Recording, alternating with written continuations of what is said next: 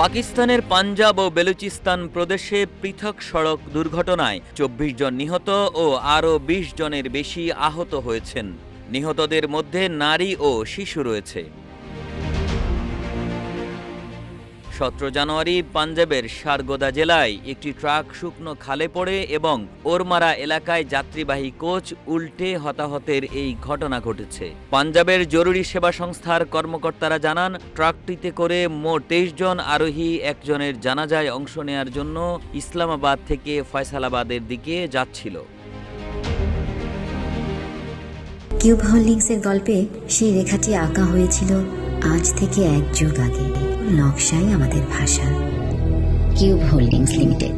এদিকে অপর এক দুর্ঘটনায় বেলুচিস্তানের ওরমারা তহসিলের হদ্দগথ এলাকার মহাসড়কে একটি দ্রুতগামী যাত্রীবাহী কোচ উল্টে ১০ জন নিহত এবং ১৫ জন আহত হয়েছেন। হাইওয়ে পুলিশ সুপার আসলাম বাঙ্গুলজাই জানান, নিহতরা সিন্ধুর বিভিন্ন এলাকার বাসিন্দা এবং শ্রমিক হিসেবে কাজের উদ্দেশ্যে যাচ্ছিলেন।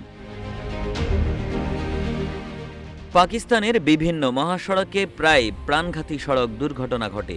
অতিরিক্ত গতি, ঝুঁকিপূর্ণ ওভারটেকিং এবং ট্রাফিক আইন অমান্য করার কারণে এসব দুর্ঘটনায় প্রতিনিয়ত প্রাণহানি ঘটে।